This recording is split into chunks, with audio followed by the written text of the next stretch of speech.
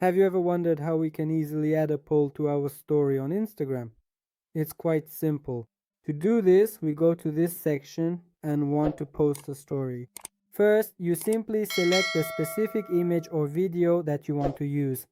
Once you have successfully selected that particular image, all you really need to do is click right here on this part of the screen.